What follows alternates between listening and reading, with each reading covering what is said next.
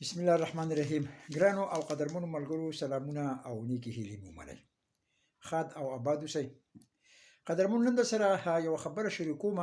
زمونږ ډېر ملګري دي چې هغه اکثر په اردو باندې نه پوهېږي، ډېرو ته خبره رسېدلې نه وي.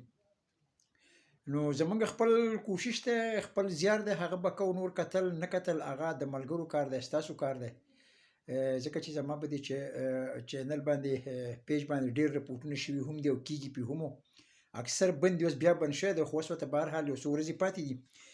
قدرمنو، دې سایډ باندې تاسو د حمید میر صاحب ګورئ، هم د ده د اواز چې دی دا ما بند کړی دی. د ده هغه خبرې دي چې زه په پښتو کې د خپلو پښتنو ملګرو ته ترجمه کوم. حمید میر صاحب وایي قدرمنو، د بلوچ په هکله، د بلوچانو په هکله باندې کوم بلوچیان چې ورک شوي دي، د هغو د چا پلاران یا رونه یا خاوندان ورک دي. نو دی وایي چې ماته د حکومت واکمنو ووایي چې ته داسې چل وکړه چې ته لټون د دغې خلکو وکړه چې کم کسان دي ازادول غواړي. نو دی وایي چې ما ډېره منډه ترړه ووهله او ډېر تحقیق مې وکړو، لټون مې وکړو. ما لیست راواغستو د 50 کسانو، او هغه ما ورکو رانا ثناء الله له او عطا الله تارل له.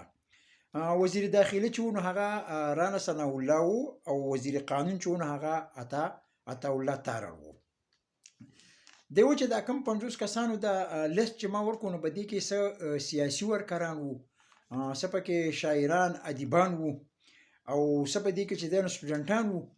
نو کله چې ما دا لیست حکومت له ورکو، نو هغه 50 کسان چې دي هغې سره دوی داسې چل وکړو چې هغه په نمبر باندې راوویستل او هغه شهیدان کړل، هغه مړه کړل، او په دې باندې مړه کړل چې یا دا د پولیسو په مقابله کې مړه شي. به هر حال هغه د حکومت خپلې پالیسیانې د دې قام سره دښمني په سر راغستلې ده.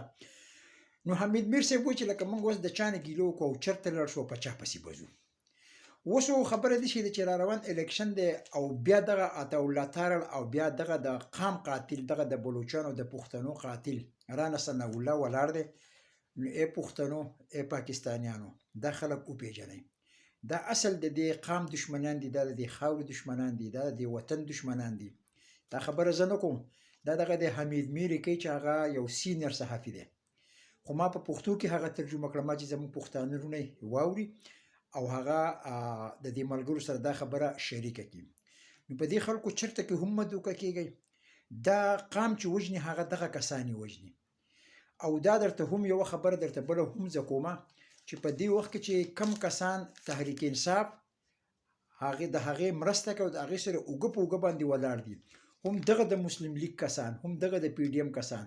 ځکه چې ښه په سوچ اسمبلی سکیم باندې دغه نواز شریف چې هغه 14 کاله په هغه قید ختلی و او هغه نه اهله شوی و د ټول عمر دپاره، سپریم کورټ نه اهله کړی، ښه باقاعده په سوچ اسمبلی سکیم یې راوستی د را روان وزیر اعظم کېدو دپاره. او دا د تحریک انصاف دغه کسان به دوی داسې ټارچر کوي لکه په اوسني وخت کې چې څنګه نیولی کېږي، دوی سره ظلم او زیاتی کېږي. خو د خپل ځان د ازادۍ دپاره، د دې وطن د مستقبل دپاره به کوشش کوو، زیار به کوو، او دا هم یو جهاد دی د دې وخت ملګرو چې دا به کوو. نو الله دې وکړي چې د دې وطن د دشمنان، د دې قام د دشمنان د رب ذوالجلال په خپل قدرت کامله د مخ د ځمکې نه پناه کړي، او الله دې د دې قام او د دې خاورې مستقبل روښانه کړي. نو دغه یو څو خبرې مې درسره شریکولې قدرمنو، په لوی الله مو سپارم. سلام علیکم ورحمة الله وبرکاته.